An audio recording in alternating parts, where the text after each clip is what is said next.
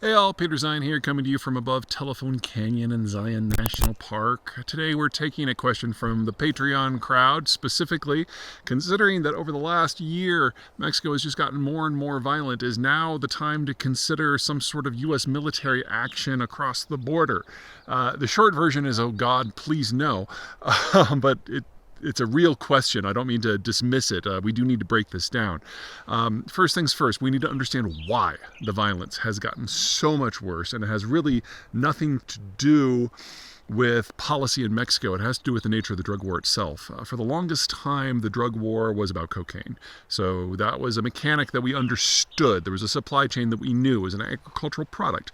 It was produced in the Andean region of South America, and then it was shuttled by plane or boat north to Central America or southern Mexico, where it then got into the hands of what we now know as cartels and moved its way north to the U.S. border, where it was then distributed by the gangs. Over time, this structure has evolved. Central America is a relatively new addition to the trafficking route because we got better at interdicting things at seas. And we went from having one giant cartel to regional cartels and then ultimately local cartels. There are more coalitions now than hierarchical organizations. Anyway, that's how it was. In the last few years, fentanyl has exploded upon the scene, and fentanyl is not an agricultural product. It is a synthetic. It is made in a lab, and it takes very few people with very little experience to cook up hundreds of thousands of doses in a very short period of time. So all you have to do is basically get some synthetic components, cook them together in your garage, literally, and then cut them into powder and mix them into tablets. So if you do a gram of cocaine, and don't do cocaine, it represents somewhere between 4 and 8 man-hours of effort from the point of view of the planting, to the baling, to the processing, to the shuttling, to the smuggling. Whereas if you take a hit of fentanyl, and don't do fentanyl either, it represents just a few man-seconds of work because it's so much easier to produce. Well, what this has done is change the cartel landscape. So two things have changed. First of all, the organization that is today the Sinaloa Cartel, largest drug trafficking organization on the planet. Under the Obama administration, we captured El Chapo and basically beheaded the organization, and it's been basically experiencing a slow motion disintegration from an organizational point of view ever since. It's fractioning, and those factions are becoming violent with one another. That was accelerated in the last couple of years when the United States and Mexico, working together, managed to get a few other senior lieutenants. In the meantime, the replacement cartel called Jalisco New Generation is an order of magnitude more violent and not nearly as corporate in terms of its activities, and they see intimidation as a much more potent tool for shaping local behaviors than bribes. So that's part of the violence. The other part is the fentanyl side. Because any mom and pop can basically cook up $1 million of this stuff in their garage over a couple of weeks, we now, instead of having 3 broad cartel alliances, have literally hundreds of small organizations that can basically print cash with fentanyl in a short period of time, and they don't see the reason why they need to be part of the cartel structures. And so most of them have basically gone into business for themselves. Think of it as the digital economy, where everyone has a gig, except for the gig is fentanyl. You put all that together, and you now have, instead of some large cartels that kind of hold together like Sinaloa used to, you now have hundreds of small crime organizations out for themselves. These two things together have basically made Mexico a bit of a shit show from a security point of view.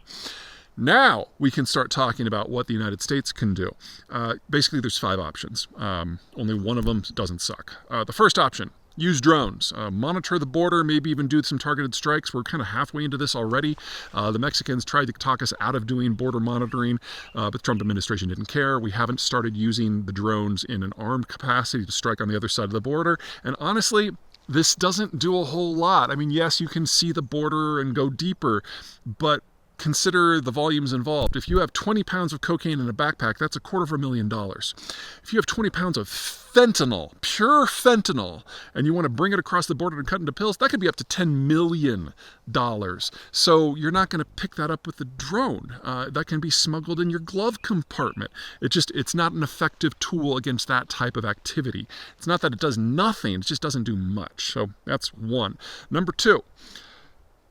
we're at the point we're starting to discuss this, start sending special forces across the border and going after the cartels themselves. Now, this is something we've actually already started kind of doing. There's a task force based out of El Paso, as has been explained to me, that is Mexican citizens, but they use American equipment, American intel, they have American distribution, they use American intelligence, they're paid for by the United States. They're just Mexican citizens. But they go every day south of the border and basically bust heads in the cartels. But because they're Mexican citizens, it's not considered an invasion. Now, this has been going on for well over a decade, and while I don't want to say that it hasn't achieved anything, it really hasn't moved the needle very much. So if all of a sudden you're going to start throwing some Rangers and SEALs into this, all that does is ramp up the angst. It probably doesn't change much, because as we have seen with El Chapo and his sons, the Chapitos, and other leaders of the cartels, when you take out the guys at the top, the rest of the organization doesn't fall apart in the traditional sense. It just goes at its own throat as there's a fight for succession, and it breaks into smaller and smaller and smaller pieces that are more and more and more violent. So it feels good to get the guys, sure, but it doesn't actually change the math on the ground, except make it more violent and have more independent producers and transporters of the drugs.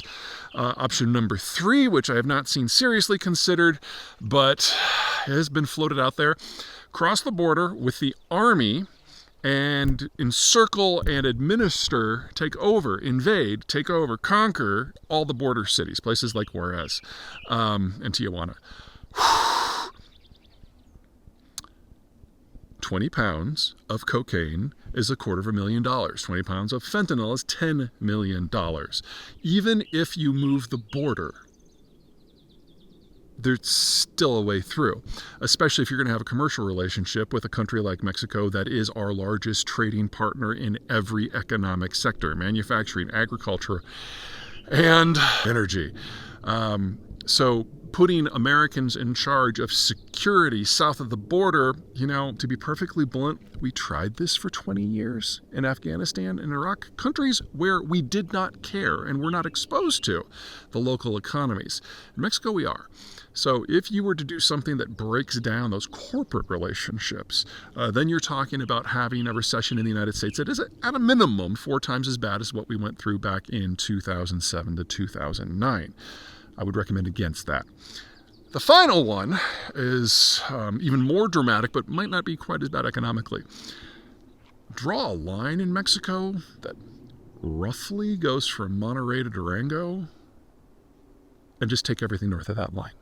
Basically have a second Mexican-American War, where the United States basically annexes the northern states that are most tightly integrated with the United States, establish a security line south of that, where you basically build a new wall that is much shorter and perhaps more effective than the stupid one that we've got on the northern border right now, because all that one did was build a bunch of construction lines and roads across the desert and made it easier to cross. It's the dumbest thing we've seen in a long time. Basically increase the economics of illegal migration. But if you do it further south, where it would be shorter, and keep all of the industrial plant that is integrated in the United States north of that line, and basically just annex parts of Mexico and make them part of the United States, the economic case for that is more robust. The security case for that is more robust. You're simply invading, conquering 30 to 35 million people and trying to make them Americans.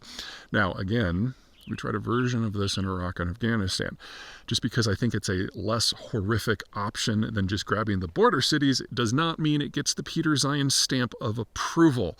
But unless you're willing to consider something like that, there is no military option here that makes any sense. Which brings us to the 5th option. We could stop using fentanyl and cocaine.